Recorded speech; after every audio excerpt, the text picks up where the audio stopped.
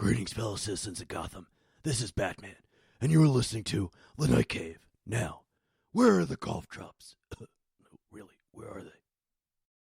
Say this son of a bitch makes a connection with us and with Axis Chemicals. What kind of damage are we looking at? If he ties us in with Axis Chemical, we're dead and buried. We should move immediately. I say we break into the place, trash the office, and make off with the records and say it was industrial espionage. Jack. Smart thinking. That's the way to go. In fact, I'd like you to handle this operation personally. Me? Carl, we get somebody else to do this? And the fumes in that place. Jack. It's an important job. I need someone I can trust. You are my number one guy. Now, don't forget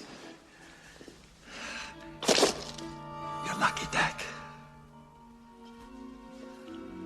My friend, your luck is about to change. Police department. Get me Lieutenant Eckhart.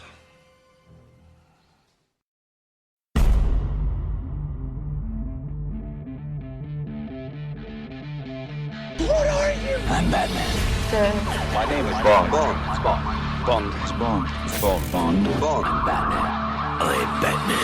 Bond. My name is Bond. James Bond. Bond. James Bond. I'm Batman. I'm Batman. 007 reporting for duty. This is The Night Cave, the show covering everything related to Batman and James Bond. And now, here's your host, Brian Thomas. Hello, everyone, and welcome back to an all-new episode of The Night Cave. The name's Thomas, Brian Thomas, and I am your host. Thanks for joining me. This is the show where we discuss everything related to Batman and James Bond movies. It's great to be back. I hope all of you have had a great week, and if you can't tell, I'm feeling better. Yeah, I'm almost getting my voice back. Well, actually, my voice is a little drained right now, and you probably heard at the very beginning I might have recorded a few things just to add to the beginning of each and every episode. Anyway, though, we have a lot to talk about and only so much time. So, where do we begin? Yeah, because I'm not used to this, I guess you could say, because, well, one, I'm getting in the habit of recording weekly, and my goal is to have an episode out every week. And can I say exactly the day it's going to be out? Not quite yet. I will say that my goal is to have it out by every Tuesday, Wednesday, give or take. Follow me on social media and at The Night Cave and for more information, or I'll at least let you know on here. But the goal is to get one episode out per week because I have to or because I want to? Because I want to. That's why, because I love talking Batman and James Bond. Now, this is a great time, especially if you are a fan of both, because every time I wrote the show notes within the last week or so, I'm like, wait a minute, something else just dropped, and wait a minute, I gotta add this. So, before we really go deep into everything here, I wanted to talk about, we are only, and this is at the time of recording, we are only 6 weeks, I wish we were 6 days away, 6 weeks and approximately 3 days away from No Time to Die releasing in the U.S. Now, I realize that we have some listeners from the U.K. and abroad listening. I need to find out when your release date is, and I will be sure to add it. If you know off the top of your head, just feel free to message me at The Night Cave. So something I guess I haven't done since I've been back, and looking back at the episodes, I don't think we ever had a deep discussion about everything we know about this movie, No Time to Die. Don't worry, this is going to be just all James Bond. Batman fans, we have something to talk about, believe me. But I did want to go delve a little bit more into, I guess, everything we know, or everything you need to know about James Bond, or not James Bond, about No Time to Die, anyway. So, what is this movie about, okay? Because, let's face it, there are fans out there of James Bond, there are fans out there of Batman, and if you're a Batman fan, you might not follow James Bond as much, or vice versa. So, my goal, I would say, is for all of us to get along. No, yeah, it is. But I would say that, if you're trying to explain this, to your loved one, and there go my dogs in the back, I would say, anyway, as I was saying before my dogs rudely interrupted, is that, if you had a good friend or a loved one that has no idea what's going on with James Bond, well, there's a lot to explain. And, if I had to say this, I know I've said this before many times, but this is a continuation of Casino Royale, Quantum of Solace, Skyfall, Spectre, and now we're going to No Time to Die. Now, having said that, I would say, would it help if your friend or loved one watched all those James Bond movies ahead of time? I would say yes. I think it would, because then they're not going to get the full experience. That can be that can hurt or help this movie. I'm how do I say this? I think that's my biggest flaw already with the movie. And I don't, you know what? I want to go on record again saying this, that, I've been making snarky comments about this movie, and I'm known for being a smartass, and maybe I've been more than usual with this movie. And trust me, I am super excited for No Time to Die. I'm very excited to see Daniel Craig, which would probably be his final James Bond outing. I'm excited to see all the remaining cast and characters, aside from Madeline Swan, but that's... anywho, but I'm nervous because the promotions for this, and they had new IMAX posters, and Bond was on a motorcycle again. I'm like, oh, well, he's on a motorcycle. And yes, I know I was corrected, it wasn't a dirt bike. But it just seems like... it's familiar territory, I guess. But you could say that about a lot of James Bond films. You could say, Brian, well, Pierce Brosnan had 4 outings, and out of 2 of them, he was fighting a villain who controlled a satellite. Okay, point taken.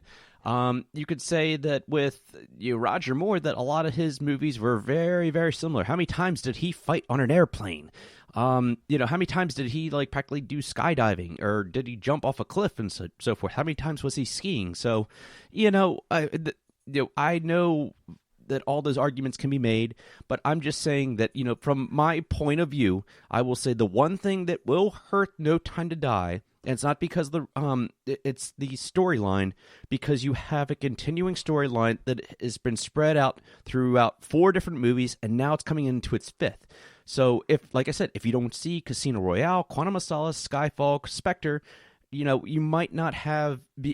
I hope that the director and the writers have, kind of do some kind of intro, or do something at the very beginning explaining something, or this movie works as a standalone, so you didn't have to see everything. I mean, of course it, does help, but anyway, so there's my rant.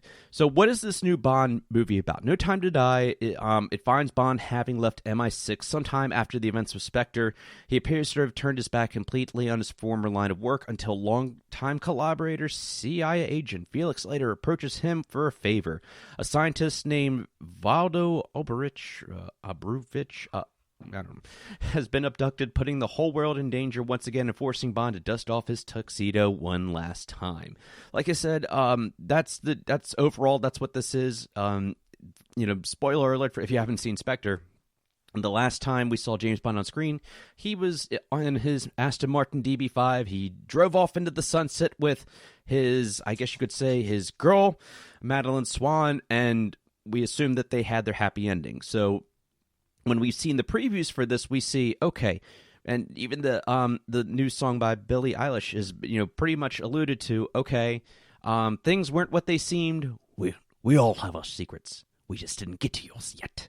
Yeah, that's pretty much right, DC. he was, I guess they wanted to expand on her backstory. So we're going to find out, what's going on with what Madeline Swan did to poor James Bond. If there's ever a more heartbroken James Bond, it's got to be Daniel Craig's. I mean, at least with Sean Connery, he's like, okay, well, move on to the next one. Roger Moore, it's like, okay, where's the next Bond go? And, Pierce Brosnan, he was just like, okay, well, there's plenty of fish in the sea. So, even after his... after Paris, died, he, love his longtime love, he was like, okay, well, move on to the next movie. But in this case, you have Daniel Craig, and how many times can he be heartbroken, really?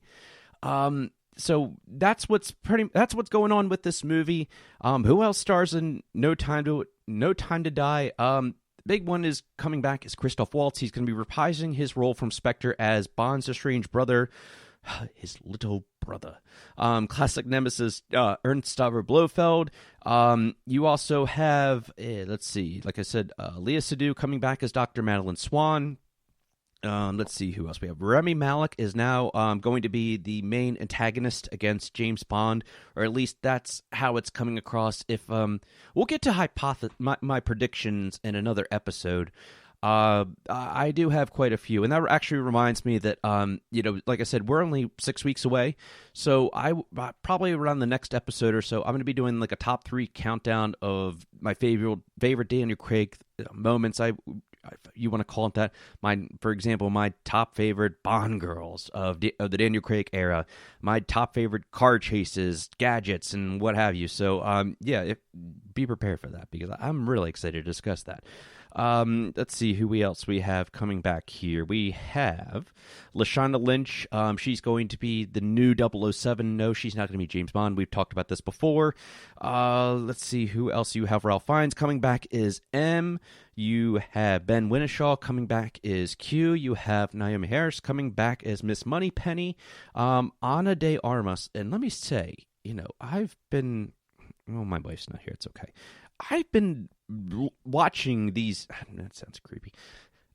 There have been social media posts that have been coming out on the 007.com, whether it be Twitter, Facebook, or Instagram. And let me just say, Miss de Armas, I think that's how you say her name. She's going to be playing a character named Paul Palmoa, a CIA agent who's charged in assisting Bond, and we don't know. We've only heard a couple lines, saying what took you so long, or what kept you, whatever.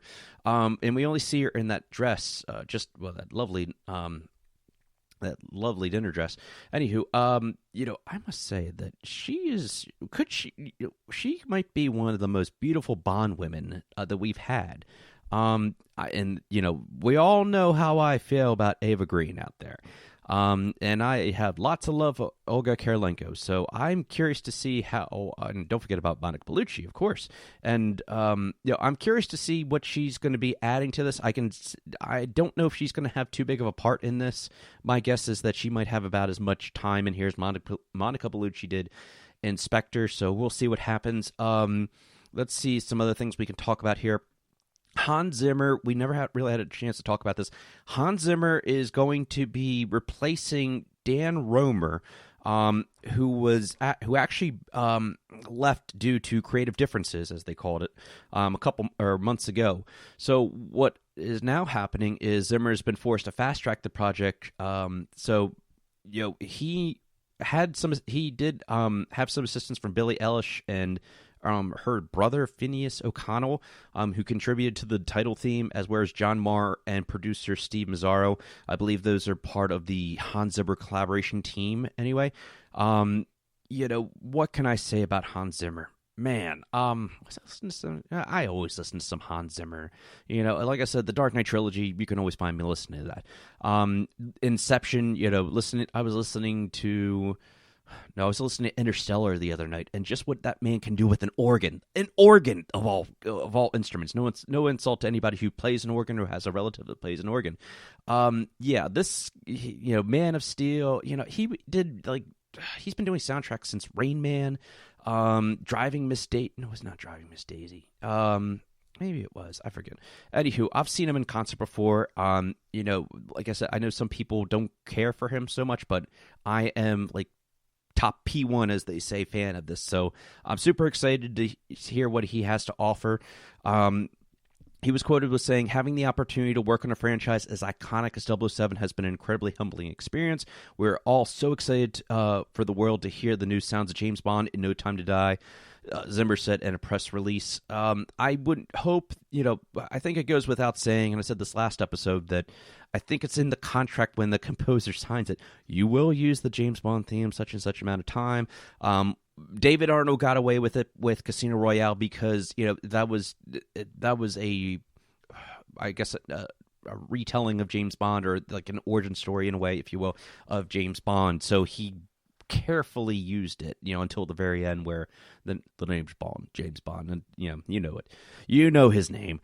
With this though, the director Cary Fukunaga also expressed his delight of having Zimmer on board. He said, "I'm excited that Hans is coming." Is scoring No Time to Die. The music of Bond has always been iconic, and I've already witnessed Hans adding his touch of genius to the Bond legacy. There was also an announcement that came out that the soundtrack will be released on March 27th. We all know that No Time to Die comes out, like I said, April 10th in the U.S. When a soundtrack comes out, I do want to touch on this, though. And, feel free to send me a message and let me know your thoughts, but part of me always wants to buy the soundtrack to a movie when it comes out, because we all know that majority of soundtracks or scores usually get released just right before the movie comes out. I can remember with The Dark Knight, Dark Knight Rises, Casino Royale. I remember listening to all those scores way ahead of time, and in my mind, I'm thinking, you know what? I'm gonna wait. As much as I want to, as much as that money is burning up in my wallet or on my PayPal, I want to hold off from buying it. The only reason is because I don't want something spoiled. And sometimes the surprise of the soundtrack it's a lot of fun when you watch a movie for the first time. And then when you go back and listen to the score, it's like, oh yeah, there's those themes. I love this theme. And then you wonder, well, why didn't they include this song in there? Well, because they can only include so many songs on a soundtrack. So yeah. What else should you need to know about No Time to Die? Well, like I said, we had an IMAX poster come out, so they said some of it was, a little bit of it was shot in IMAX. At least with Skyfall, I remember that IMAX was used a lot. I remember every time I did see that movie, I saw it in one of those IMAX theaters, or as close as it could come to being shown in IMAX, not like the super, super big ones that they have. And we don't have any of those around here. So I will say this, okay? One thing that James Bond 007 or 007.com has been doing, they posted this about a week or so on social media. They said, the woman who captured Bond's heart, get to know Madeline Swan. And you know how you can click on there and you can click love, cry, anger. Well, I happen to click the laughing emoji on there because, and I left this comment because I'm me, and because I'm always Team Vesper when it comes to Daniel Craig's James Bond. And I said, Madeline Swan equals the writer's attempt at creating another Vesper Lynn, but nowhere near as great as Ava Green. Yeah, I know that, some people might agree with me on that. Some people might not. I think that's a big stretch to say that. I know I keep saying this, you can't compare to Ava Green. You go back and watch Casino Royale, the chemistry that was there. With this, I don't know. It just, to me, what No Time to Die is also going to be is, what if Vesper would have lived? What if her and James Bond would have had their, happy ending? She wouldn't have killed herself. Spoiler alert. And, then, he found out that, she was working with Quantum, or she was working for, Spectre. So I think that's almost, this could kind of fall in that category anyway. So, let me know what you have to think about that. Other things with No Time to Die, there's always some little tidbit, some little article, but I just want to make sure that you guys are staying with the news. What I can say about this also is try to avoid spoilers. I know there's lots of interviews out there. If you're like me, you watch every single TV spot, and I've gotten to the point, I think, also where as much as I love watching TV spots and previews, I'm trying to limit myself now because of the idea of a spoiler. Some would say the Billie Eilish's song kind of spoiled a lot. It very well could have. I'm not going to say anything, but my goal is when the movie comes out, of course, I'll be doing a review for it, a non-spoiler review. And I will cut into my spoiler review, and we will talk about that. And hopefully, I will not be alone on that. So let's go into talking about Batman. So, did you guys happen to check out what was going on also in social media under your Batman feed, under your Bat feed? Yeah, because I did, and there was a little preview, and we talked about this briefly because it had just happened right before I started recording, about a little preview or a little image, like a quick 6 to 8 second video released by director Matt Reeves, who's going to be directing the new Batman movie, of Robert Pattinson, in what I guess it was called a test screening, or like a test run of what the new Batsuit's going to look like. We got an idea of what the chest emblem is going to look like. The rumor around the net or the web is that those are the gun. That's the gun or guns from Joe Chill, and he used that as his chest emblem. The biggest thing I would say is that cowl. That cowl is something. I know it looks like Daredevil. I know a lot of people. I asked a lot of people online about that, and they did agree with me that it does very much look like that. No, I've never watched Daredevil. I've seen images of him. I've seen cosplay of him at Comic-Cons, and not any disrespect to Daredevil, but it's just never been my thing. We all know that I'm a DC fan, but to each his own. But you have to know that the Marvel fans were out in full force with this. A lot of them do think that Battinson, as they're calling him now. I think it's pretty funny. Bears a little too much resemblance to the shaped brow, nose guard. They were saying the opening for the mouth and the chin. I know we talked about the chin before. You look at this, and like I said, I posted on social media lots of times, and I have no problem with him showing more sides of his face or his cheekbones and such. But as I'm looking at this picture, another image came out actually just in the last couple of days. There was about a 12-second video taken from the set of Batman. It was leaked images. This is why I say be careful with social media. If you don't want anything spoiled, then be careful. We got a actual first look in person of the full Batsuit. It wasn't Robert Pattinson, but it was actually his stunt double, the stunt actor, and he was on, I guess what they're calling right now is the Bat Cycle. These were unauthorized images, but when something goes online, it went viral. Again, talking with people online, talking with some of my friends, we agreed that this new Batsuit, it looks like it's like a take on, I guess they would call it. If it looks like something more out of the comics, more like Arkham Knight. Now, I was looking at this picture. I'm looking right now at a picture. This is why I sometimes wish I would do YouTube, but I'm not going to. But if you look at this, he has the stunt actor has these black eye patches, I guess, that are covering his eyes on the cowl. If I had to put a theory out there, I would say that they're either going to digitally enhance them, because he's riding the motorcycle. I'm going to guess they're going to go with the iconic white eyes with that, which I don't think we've ever seen in a live action Batman film. I know that I've watched it a little bit. The CW series Batwoman, I think they put white eyes on her. I remember seeing something like that. So that's the closest thing maybe we've gotten. You look back at the Dark Knight, and he had his what was it called? What he used for the sub to see through when he was at the final fight with the Joker. Sonar, thank you. The sonar, and he had to. I'm sure that you couldn't see it, but there were probably green screen, on his eyes. So I'm gonna guess it's something like this on the Batcowl. If that's the case, whatever it may be, if he's using it, if there's something where he's talking to Alfred at the Batcave, very cool. If he's doing the white eyes, very cool. But what I would say is that take these images with a grain of salt, because what you see in here, and I've even looked back at pictures from the Dark Knight from when when Christian Bale's stunt double was on the Bat Pod, majority of the face mask or majority of his cowl was cut out just so the stunt actor could actually ride that. If you look overall, though, I would say that, this one, his gauntlets have some kind of darts on them. And what's funny is I didn't pick up on it until somebody actually mentioned it to me. Or actually somebody said online, oh, that does look like the gauntlets that what's it called? From the Court of Owls comic. I'm like, oh, and it wasn't Batman that was wearing as one of the owls. I'm like, oh, I like that. So we don't know, who he was riding a motorcycle with. It could be Zoe Kravitz's Catwoman. That's to be determined. But the funny thing is, though, that whether it was intentional or not, I have not a clue.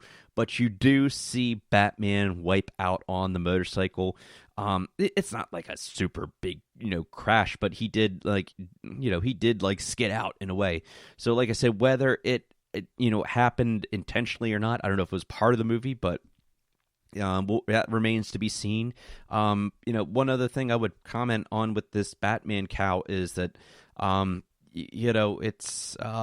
it's more tactical, I would say, than we've seen in more recent Batmans. I would say if you can't compare it to the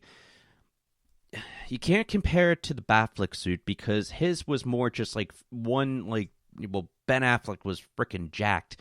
But, I mean, this is more of just, pieces that it looks like it's, more, I don't want to say contemporary.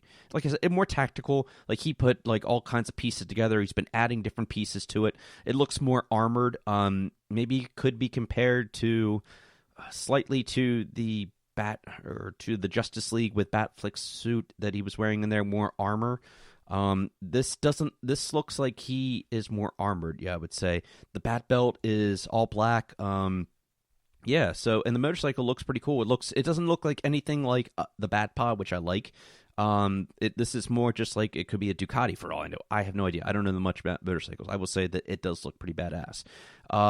So other details on there, which we probably talked about before, but I'll say it again. We know that Paul Dano is going to be playing the Riddler. We know that Colin Farrell is going to be the Penguin. We know that Jeffrey Wright, fellow James Bond actor who is going to be in No Time to Die, is going to be playing James Gordon. And we know that Andy Serkis is going to be playing Alfred Pennyworth. Right now, the movie is set to come out on June 25th, 2021, so stay tuned for more details with that. Now, while we're, actually, I just was mentioning Batfleck, so I did want to mention this on here. I found this article very interesting, and for time purposes, I can't delve into it too much, but I will say this, that whether you love or hate Batman v Superman or even Justice League, I will say that, I found myself going back and watching Batman v Superman, or I went back and watched it probably within the last month or so, and I gotta say, Ben Affleck's performance grows on me each and every time. Will I say that he is the best Batman we've had on screen? I can't say that yet, no. And it's not because of, I think he's still, I don't know. If somebody asks me right now who my favorite Batman, I'm going to say, without a doubt, Michael Keaton. Okay, hands down, even though Batman Returns wasn't my favorite, Batman is still my favorite Batman movie, up there with The Dark Knight.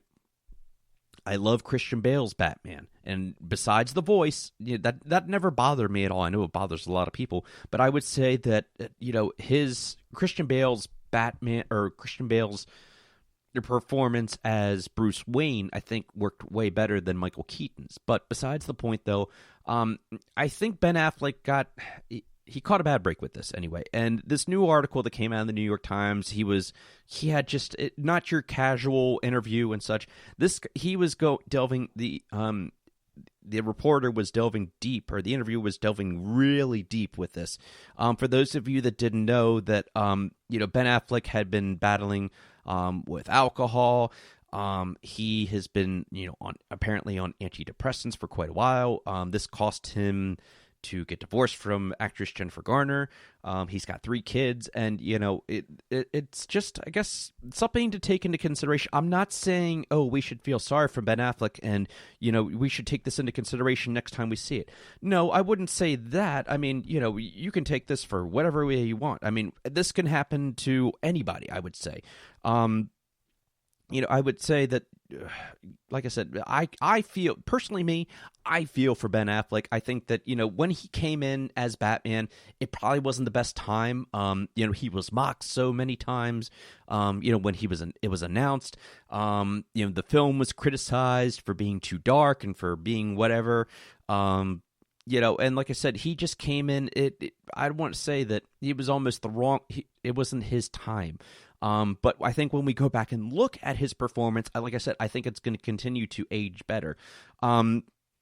He was talking in here saying that, he's actually, he was, like I said, he was drinking, for relatively he said, I drank relatively normally, excuse me. I drank relatively normally for a long time, he was saying in the interview. What happened was that I started drinking more and more when my marriage was falling apart. This was 2015, 2016. My drinking, of course, created more marital problems. He goes into calling his divorce from Jennifer Garner the biggest regret of his life. He admitted that the troubleshoot for Justice League had sapped his interest for playing Batman, but he was still willing to try a solo film.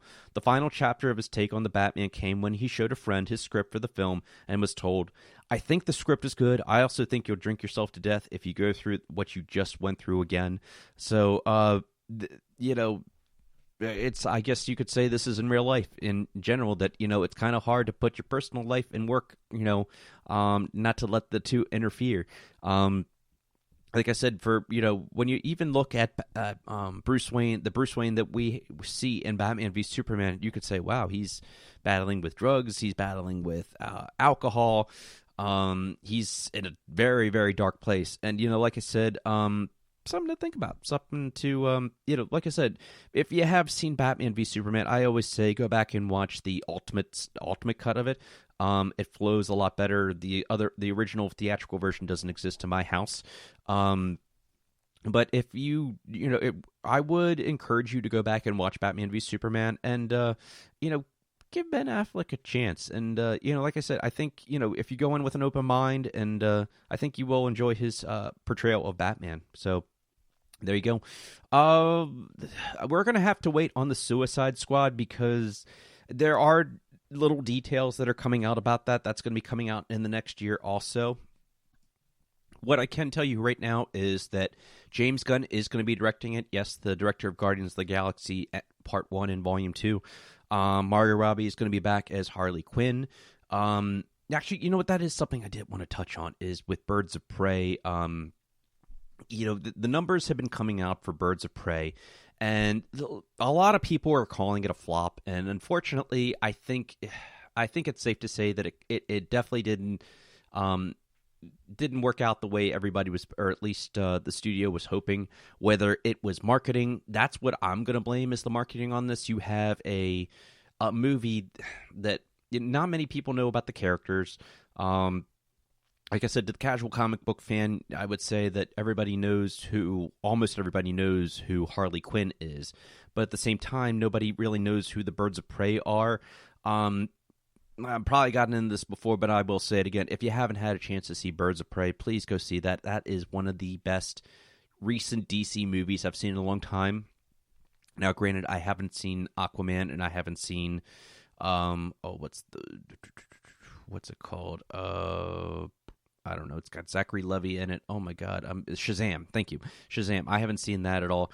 But I will say that, I'm kind of, like I said, I enjoyed it. I know a lot of critics enjoyed it. I know a lot of viewers enjoyed it, but I really hope that this movie doesn't, stop Warner Brothers or DC from, doing a follow-up to this, because I'd love to revisit these characters. I'd love to hang out with them again. I really would. When I say hang out, just like go in the movies and, kind of get that experience anyway. But, if you haven't seen Birds of Prey, definitely go check that out. It should still be in theaters anyway. So, let's go back to something we haven't done in quite a long time. Well, there aren't any anniversaries right now, but I will say that there are birthdays. So, celebrating a birthday. I will say within the last 2 weeks, now that we're getting back onto a weekly schedule, I will say that, I will be doing weekly birthdays instead. And these are not listener birthdays. I'm sorry, I don't do that on the show. But these are actor and actresses' birthday and directors or cast and crew, as much as I could find on here or include for the Batman and James Bond movies. So, celebrating a birthday back on February 17th was the lovely Denise Richards, who played Christmas Jones in The World Is Not Enough. Now, I know a lot of people did not care for Denise Richards as, Dr. Christmas Jones, Dr. Jones, in The World Is Not Enough, and no Christmas jokes. I've heard them all. I thought Christmas only comes once a year. Had to say it. Sorry, had to say it. I going back, whenever I watch The World Is Not Enough, I gotta say, I do enjoy Denise Richards as, Bond girl. She wouldn't be like the first one I would picture as a Bond girl, but, I think her performance as in that, she does as good as she could with the material she was given. I will say this, that she is not the worst Bond girl out there. Whether we've talked about it or not, I would say she's definitely not. She's definitely not the best, but definitely not the worst. Celebrating a birthday also back on February 17th was Mr. Rory Kinnear, who plays Bill Tanner. He's been playing Tanner since actually Quantum of Solace in 2008, if you can believe it. He reprised his role in Skyfall, Spectre, and he will be back in No Time to Die. Something I've always enjoyed, and this goes back to the Pierce Brosnan era in GoldenEye, when the character of Tanner, actually I believe we did see Tanner in For Your Eyes Only because he was filling in for M, who was on leave at the time. But something about the character of Tanner I'm always excited to see. Rory Kinnear definitely put his spin on there, so now anytime I picture Tanner, I always picture Rory Kinnear. Whenever he's working with M, whether it be Judi Dench or Ralph Fiennes, and he has a chemistry with Daniel Craig. So he's like his go-to in a way. He's always like explaining what's going on. I love the walking shots, the moving shots when they're in Skyfall, when Tanner's showing Bond the new MI6 after Bond has come back, and I like when he's showing them on the where he's taking him to the Q's lab, and they're also happy birthday, Rory Kinnear. Celebrating a birthday, wow, man, another February 17th birthday, Joseph Gordon-Levitt, who played John Blake in The Dark Knight Rises. And yes, his middle name was Robin, after all. Spoiler. Joseph Gordon-Levitt. I remember when I saw the trailer for The Dark Knight Rises, I'm like, man, I really enjoyed Joseph Gordon-Levitt. I haven't seen all of his work, but his more recent work I've definitely enjoyed. I'm trying to think. Oh, there was a movie called Don John. He directed. It has nothing at all to do with Batman, but it's a really, really entertaining movie. Anyway, seeing his character, and I really had no idea what he's going to be. I'm like, well, he's a cop.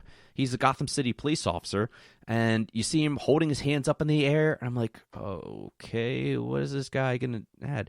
And then, he played so well in The Dark Knight Rises, his character. He wasn't quite the sidekick. His middle name was Robin, but he wasn't quite the sidekick you would have expected for Batman. But I would say that he played the role so good.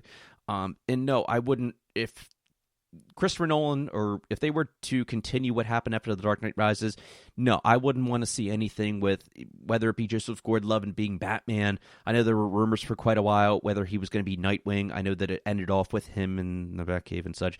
But I think how the cowl was passed off from him to Bruce Wayne really worked out well. Celebrating a birthday on February 18th, was the late Jack Palance. Yes, as you heard the clip from the very beginning of the show, Boss Carl Grissom in Batman 1989. If any time I think of a gangster in a film, well, of course, I first think of Jack Nicholson. But then I think of, every time I watch it, I'm like, oh, yeah, Jack Palance was in this. And he had such a small role in this, but, man, was he good. It's like, man, I really wouldn't want to get on his bad side. Say this, son of a bitch. It's just like, oh, it's so good. Oh, I love Jack Palance. I like it. He was such a great actor. Celebrating a birthday on February 19th, Mr. Benicio del Toro, who played Dario in License to Kill. Oh, yeah, that's right. You've had an Oscar winner play a henchman in James Bond back in 1989. Who would have thought that, Benicio del Toro, a no-namer at the time, would be such a big A-lister to this day, or all the way up to this time. And, he's, going back and looking at it, I wish that him and Bond, would have shared some, or he would have had more screen time in there. Could I have seen him as the main villain? Absolutely. I definitely would. I like the fight between him and Timothy Dalton's James Bond at the end. I think I say this every time that I bring up Benicio del Toro's Dario, is that, yes, when he was trying to cut James Bond so he would go into the grinder, yes, he actually did cut Timothy Dalton in that. Just a fun little tidbit there. Celebrating a birthday on February 22nd was Karen Dorr, who played Helga Brandt in You Only Live Twice.